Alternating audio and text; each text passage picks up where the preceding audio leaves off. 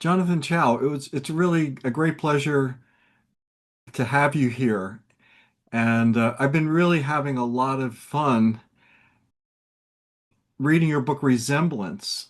And it's just, it really kind of challenges us, the readers, to reconsider the ways in which history, memory, identity are constructed and understood. You have a really interesting way of putting together Mm, all this. I think the work kind of underscores the importance mm, of when considering one's history, critical engagement with sources and narratives that shape our collective unconscious. You use just a number of different things along the way. Memories, identity, history, source material, I thought was really interesting. Stories and creativity that you where you put everything together. And so news, poetry, and fractured syntax mm. abound, throughout this book. So I'm going to ask you the really basic question. What prompted you to write Resemblance? Thank you, Tony. Just wanted to start by saying, thanks for having me um, here on Narrative Mindworks and for that really generous just introduction of my book. It is my first book. I wasn't sure that it would ever, see the light of day. So it was kind of a surprise for it to be published by Saturnalia Books, and to win the Alma Book Award. It was a real sense of a sense that this was something that I was interested in doing, poetry. So what prompted me to write this? I don't know. I started writing it during COVID. Um, I was here in Boston, doing my residency training in psychiatry. I was far away from my family in Taiwan, far away from my partner, who at the time was in the UK. There was a great sense of loss and grief, just in general. But I think um, within the Asian American community as well, with a lot of the racism and the attacks, um, there was, I think, a sense that I had to say something or do something in order to survive. And so, um, during the day, I would be at the hospital, um, taking care of very ill people, and otherwise sort of at home, kind of just by myself. And I had always, sort of read and written. I did the narrative medicine program back in 2014. I was an English major before that. Writing and literature has always been a big part of my life. Um, but I think something happened around those years, those like the COVID years, where um, I don't know, maybe it was a process of maturation that sort of reached its peak at that moment, but I felt like I had something to say. And so I started to really actually, I think, study poetry in a way that I hadn't previously.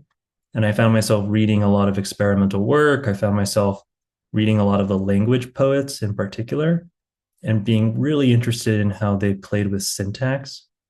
And there was something about their work, which really, in many ways, has nothing to do with sort of minority literature or Asian American poetry specifically. But I found myself very interested in how play of syntax could actually manifest and communicate something that felt very personal to me about the experience of being Asian American here in the United States, especially as it ties to themes of diaspora, themes of loss, across generations and across nations. Um, Around the same time, I found myself starting to learn pieces of my family history as it related to, or as it relates to, particular traumatic moments in Taiwan's history. And I'm happy to talk a little bit more about that.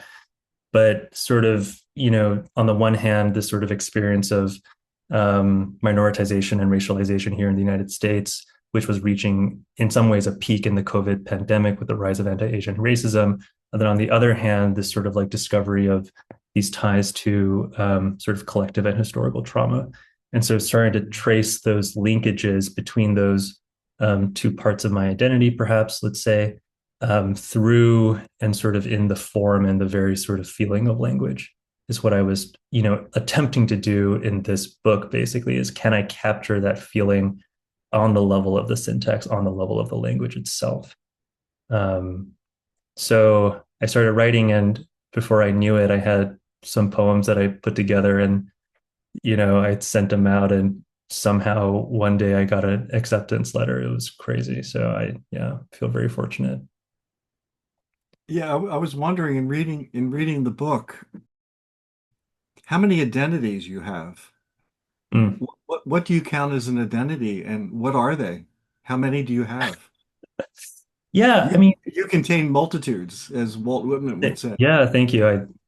Um, I mean, I think in some ways my experience of multiplicity is not unique.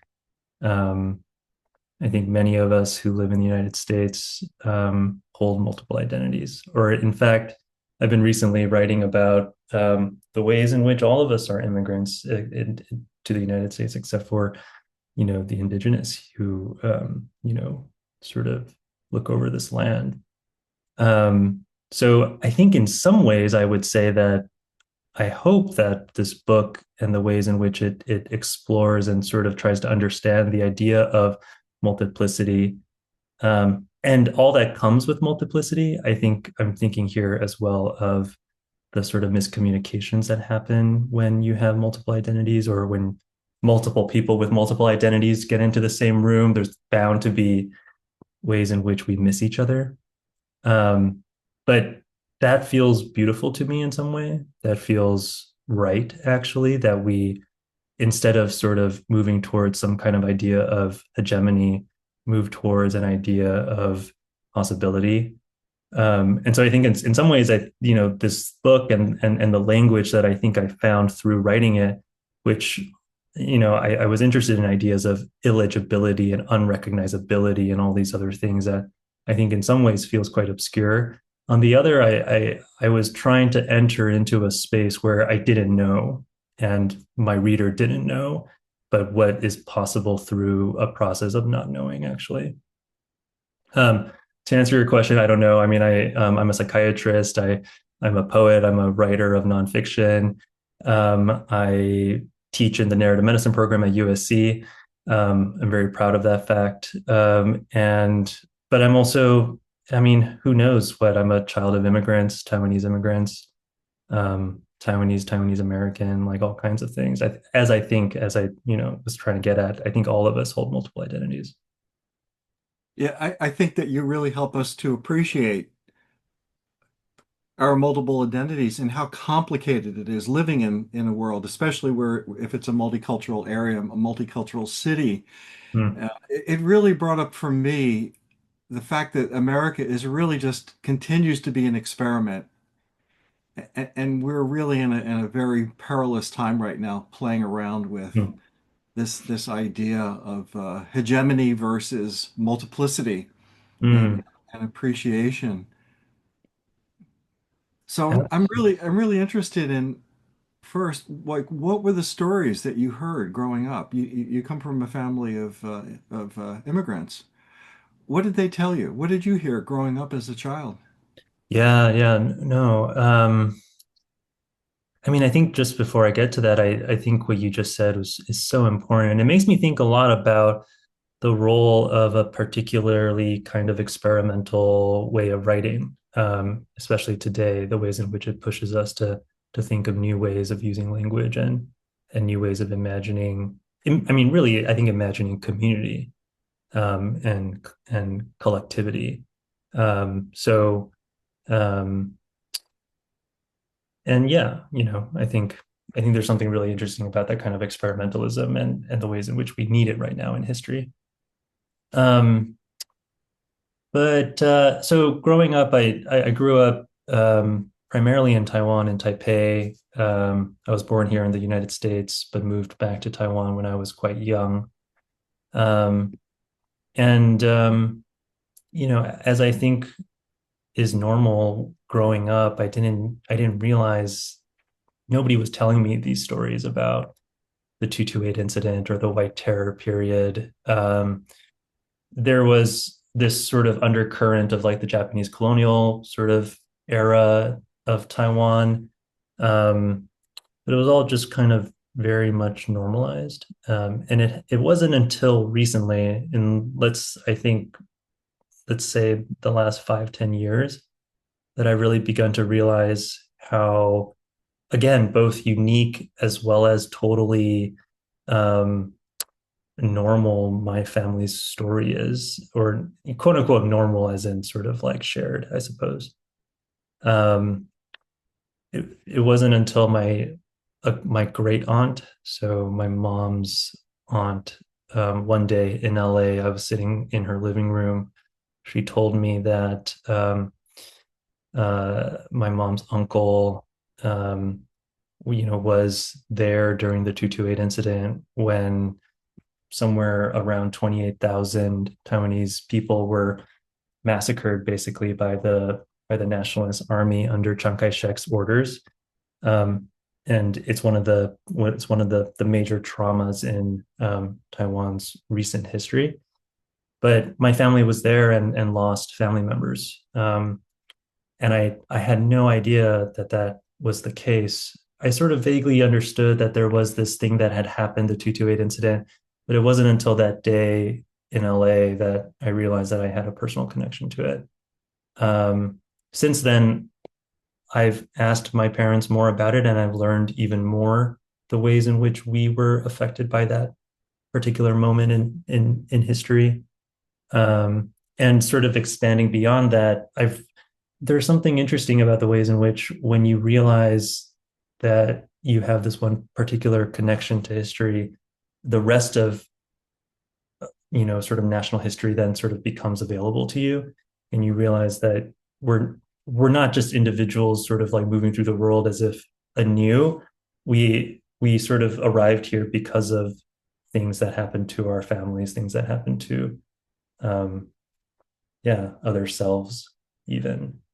And we're the product of that, and we are the custodians in some ways of that history. And I think we all have that sort of particular relationship to history, but I think some people may not be as aware of it as others. And I think part of what I'm trying to do in my work is sort of make that apparent so that other people can sort of become curious about their own histories as well. Yeah. Yeah, it not only become interested in their own histories, but what really struck me was the way that you put together your own personal history that included, the history of the region where your family came from, and as well as I guess the U.S. is, as well. So that really struck me and inspired me to think about my own history based on stories, source material, memories, creativity. How do I put all this together? And I wonder if you Yeah. incorporate that into your teaching of your narrative medicine students. You teach pedagogy, is that correct? Yeah. So I teach 502 is the sort of course number, but it's the sort of second half of the sort of required sort of fundamentals in narrative medicine course. And that course that I teach in the sort of springtime is basically when students do their their practicum experience. And so they're learning how to facilitate narrative medicine workshops. And um, you know, much of my sort of narrative medicine practice has been sort of developing narrative medicine workshops and methodologies, especially as it applies to working with and within sort of communities, marginalized communities, and sort of using medicine methods as a way of community building or of sort of building kinship, even. And so I would say, back to this idea of multiple identities, that I very much see all the different pieces of my life as interconnected, and I think the narrative medicine work that I do, insofar as it's allowed me to read quite deeply and think quite deeply with students as well as colleagues about ideas of narrative, of community, of identity. It's translated in both sort of explicit as well as implicit ways to my writing. I don't know if I could like necessarily right now here with you sort of articulate the exact connections between all the different pieces, um, but it feels very, very connected in a kind of complex way. Yeah, well, for me, what it did was, as I'm reading through this, and then as I put the book down and considered how I remember things, it isn't linear. It comes in spurts. Hmm. I got to be in a certain place, and a memory will be triggered. Yeah. Uh, I don't think in complete sentences, and I don't dream certainly in complete sentences. And so it comes up in lots of different ways. And so your book really inspires me Hmm. to think about all these disjointed pieces that fit together. It just makes me a lot less interested in a story of history that is well thought out, packaged, tells a straight story. I just don't think memory works like that. It's all over Yeah. the place. Yeah. Right, right. I think the difference between history and memory is important here. Um, there's also that notion of post memory, which is a term from Marianne Hirsch, which describes the ways in which like the generations after a large scale sort of collective trauma almost feel a sense of having been there because of the narratives that they received and their access to photography, to archival images, all that kind of stuff. And yet it's not a true access, it's a kind of mediated one. And so there's inevitably some mistranslations, some misattributions, some missed meanings. Um, but yeah, I mean, like you, I share um, this sense that we don't think linearly, and life is not lived in a sort of linear way. It's much more complicated than that. And again, I that feels beautiful to me. That feels right. And I think poetry is able to capture that in a certain kind of way and say, no, look at this in the way that it truly is. Um, it's it's complicated, it's circular, it's cyclical, um, and it doesn't have to make sense all the time. And I think there's a difference between not making sense and sort of, making something sort of have that feeling of complexity and density, which is Mhm. really, I think, for many of us, our actual relationship to history. And I think any attempt to see it as otherwise, as like something that can be understood cleanly, is is actually a little bit risky or dangerous even. There's even in my mind now sort of this idea that there's a certain kind of ethics that can arise from understanding that history is something that is complex and dense and multiplicitous, and pluripotent. And so if you and I enter into a relationship, a clinical relationship, a therapeutic relationship, you know, there can be a kind of ethics that comes from understanding how you understand your own history. And I feel like maybe, this gets back to what you were saying earlier, where maybe that feels particularly important today in our current political climate. Yeah, I would say so. Just speaking personally for a second, you brought up the clinical issues. Having gone through classic psychoanalysis, 5 days, 4.5 years, 5 days a week on the couch, followed by 20 years of monthly Jungian analysis. Mm, I think what drew me was not so much my psychopathology, which was probably, I'm sure, a big part of that, but was also the search for history mm, and how to tell a story, how to tell my yeah, own story, because my mother was very much into telling her own stories. And mm, I have to say, it really made me mistrust my own memories.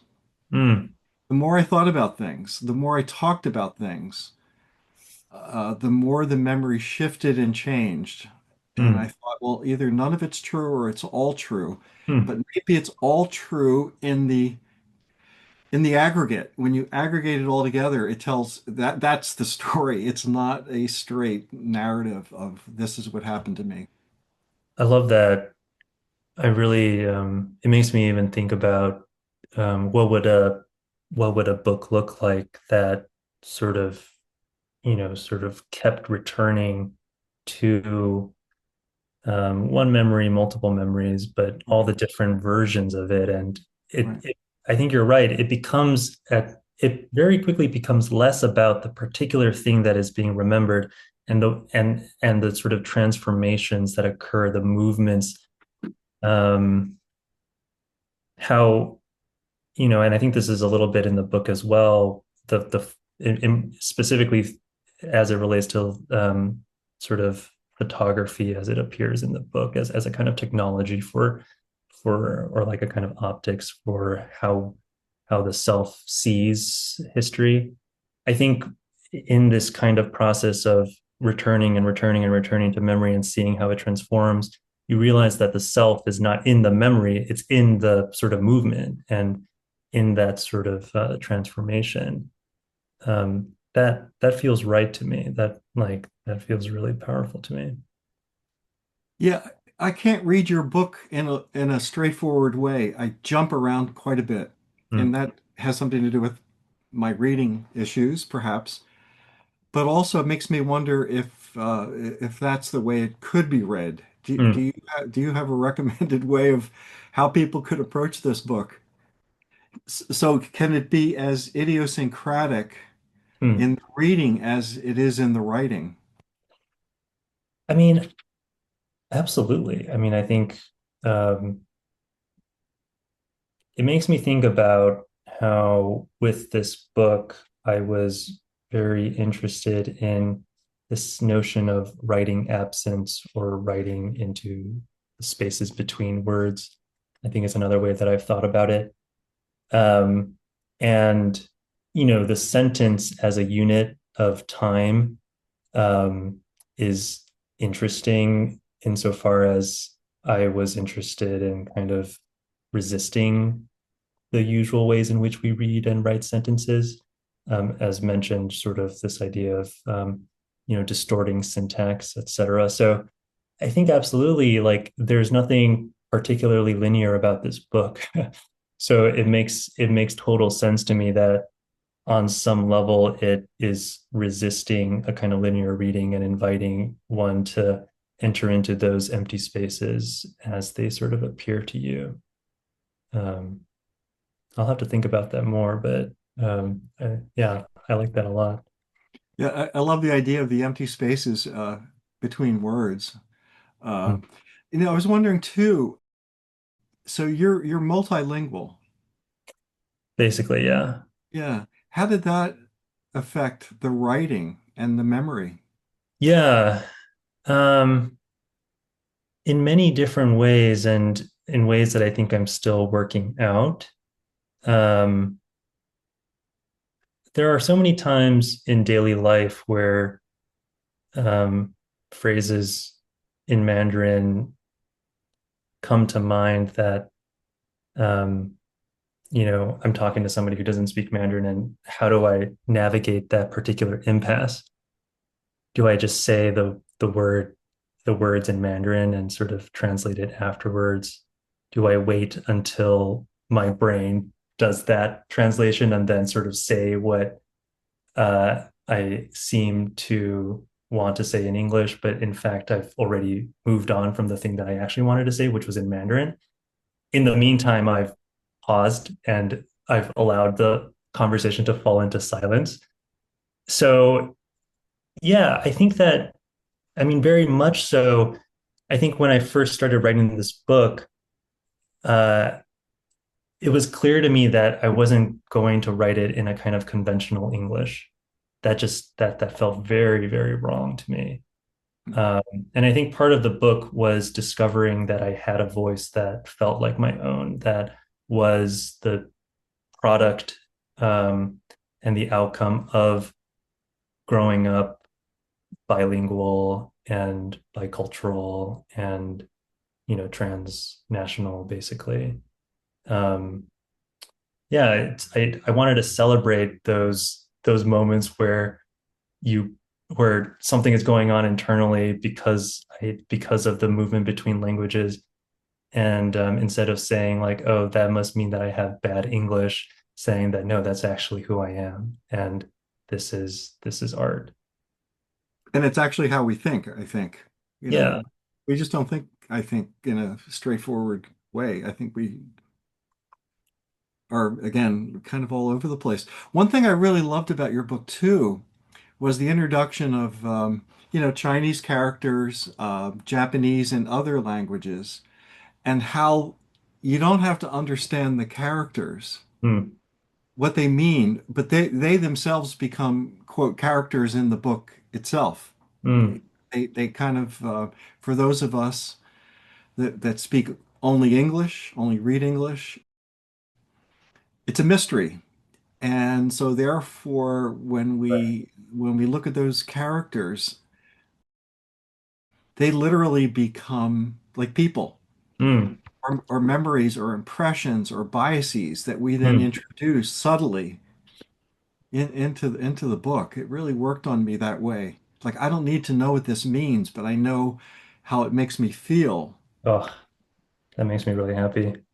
Yeah. Yeah, no, that brings me so much joy, Tony, because I think yeah, I mean, sure, like it there's like this other layer for people who do speak Mandarin. They're able to understand a little bit more of that sort of layer of semantic meaning. But again, I mean,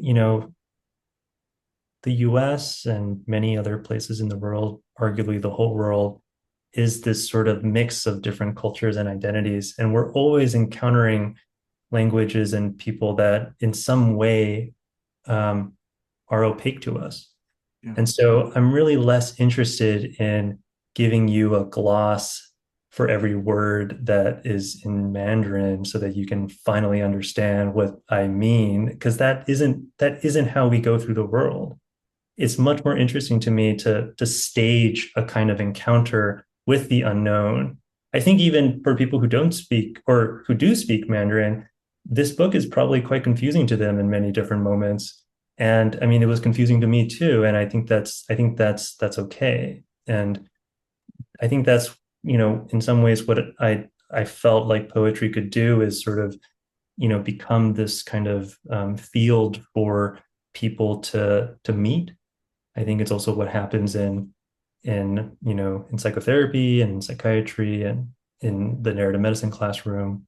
It's a process of humility and a kind of like exploration of intersubjectivity and relationality that isn't based on understanding exactly, but about the kind of dynamic that occurs when two people are in conversation with each other. Yeah, and when two people are partnered up, they're opaque. I don't Yeah. know that we completely understand the person that we live with, that we've lived with for many years. And so you multiply that by the amount of people that are completely different from us, even people that are like us who we don't know. We're all these unknowns.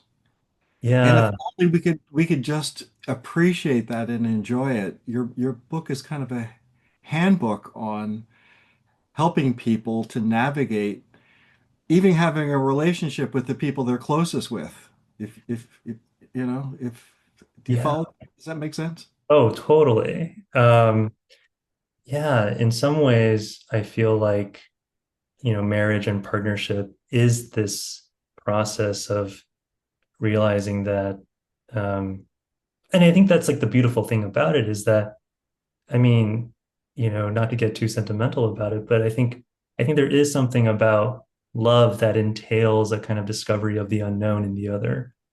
Um, and that once you've realized that, that's when love actually begins. Um, Hmm. so I don't know if my book does that. I mean, I hope on some level it does, but um, yeah, again, this idea that like, how do we treat each other? And especially when we don't know everything about the other person. And because we can. I'm very interested in that. I think as a person of color, as somebody who has a sort of minoritized identity here in the US, I'm very aware of that sort of sense of difference and sort of otherness. But yeah, how can we treat each other well even when we don't know everything about each other? Yeah. There's a line from the book I wanted to read, and it's something I'm just going to keep thinking about. It is not what is said that endures. It is not a bridge that connects us, but a series of missed calls. I love that. Thank you. What what what do you think about that line? What are your thoughts? Yeah, I mean, I think about my parents, and they live in Taiwan, and I've been living here in the States for um, Mm. since I came here for college some a while ago, and just the ways in which so many times I've looked at my phone at night and realized that I missed a call from them. Um, so that feeling of distance from those that you're closest with in some ways is something that that I, as well as I think many people, um, have have a sort of deep, intimate connection with, or a sort of relationship with. Um, but I mean, I found myself with this book, just that first part, it is not what is said that isn't that endures. Yeah, it's sort of funny, like how do you write a book of poetry using words when part of what the book is about is how sort of little words can actually say, or how the things that you're trying to say cannot be said in words. So I think what you end up with is a sort of sparse, thin, but still very dense collection of words. Yeah. Yeah, it is, and even the English in the Chinatown piece.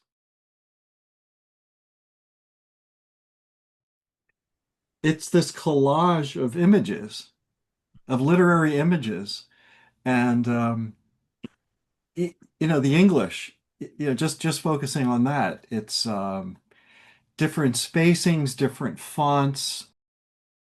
Some lines are clear, some aren't. But it adds up to a walk through a Chinatown of the mind. Maybe not literally a Chinatown, but a Chinatown of one's own mind.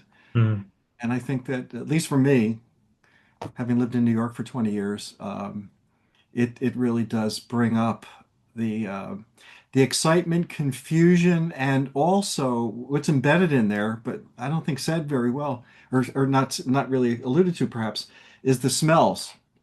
mm, The smells of Chinatown as you're walking through, and the confusion and the just the energy that is just, I think, so much fun to mm. experience. Yeah, yeah. Yeah, this is a piece that I wrote yeah, again, like during the pandemic, sort of and when I think about the pandemic, what I think about is just how um sort of sterile in some ways I think many of our lives were. And I think by necessity in many ways. But I think the thing about this poem is that people live in Chinatown. Chinatown is home for people, and it's not my home. I think when I was writing it, I was actually dealing with a lot of these ethical questions around representation, Mhm. around what do I have the right to write this poem, to go to swoop into Boston Chinatown, take photos, and extract out the language as if that's something that one can do. And I was very aware of the ways in which that sort of surface of the Chinatown neighborhood in Boston is really just only that. It's a surface, and it's one that caters to tourists and visitors to the neighborhood, not to the people who actually live there. Um, it's a kind of injustice, even the ways in which a lot of the advertisements use language of, sort of you know delicacy and kind of, these kind of extreme sort of stereotypes around sort of Asian people. But it's also something that the people who run those shops have sort of created themselves as a kind of, way of attracting business. Mm. So it's a very complicated place, Chinatown, and it's also one that looks very similar no matter what city you're in. There's a kind of like stereotype uniformity across the whole country and across the world when you think about Chinatowns around the world. But there are these little moments in the piece that I actually pulled from, not advertisements, but sort of um, other kinds of sort of literary moments that I happened upon, including ones that, are in Spanish, sort of alluding to the ways in which behind that surface there's a whole kind of like multiculturalism that like keeps Chinatowns running. There's allusions to how difficult language is in this piece, and I think in some ways, as much as it is, I think this kind of attempt to capture what it feels like to be in Chinatown, I was also interested in trying to get underneath it a little bit too, and sort of problematize like the ways in which we sort of relate to those kinds of neighborhoods and the histories that they really sort of represent, histories of immigration and real struggle. Yeah, when I read Se Habla Español in that piece, it reminded me of in New York City, and it's probably disappearing at this point, but restaurants would be both Chinese and Puerto Rican. Mm, They would join up together. I'm yeah, not sure exactly what the history of that is, but I'm pretty sure those restaurants are going. There used to be one on Broadway, not far from where I live, and interesting. so on one side of the restaurant, you can eat Chinese, the other side you could eat Puerto Rican, or it didn't Huh. matter where you sat. So, but it brought together these two cultures, in a way that you really would not expect. Yeah, And um, but this particular piece, this visual piece in words, really does bring up all this energy and the monetizing of certain things, why people actually come there for beauty treatment or for food or medicine, right. different things, all in this one Mm, particular piece. And so it's kind of a fascinating stroll through mm, my Chinatown of the mind. I mean, I've been through a few, including Philadelphia, where I'm from. Your interest in language and your profession as a psychiatrist. mm. And how do those two things fit together? How did you choose psychiatry? Um, I yeah, I chose psychiatry because I wanted to get to know my patients. I mean, I think that's the short answer, and the sort of core of it is that, I mean, even when I was at Columbia for the narrative medicine program in 2014, I was already I had already decided that I was going to become a psychiatrist. And then once I started medical school the year after that, I remember just, on the first day telling everyone that I was going to become a psychiatrist, and that was that.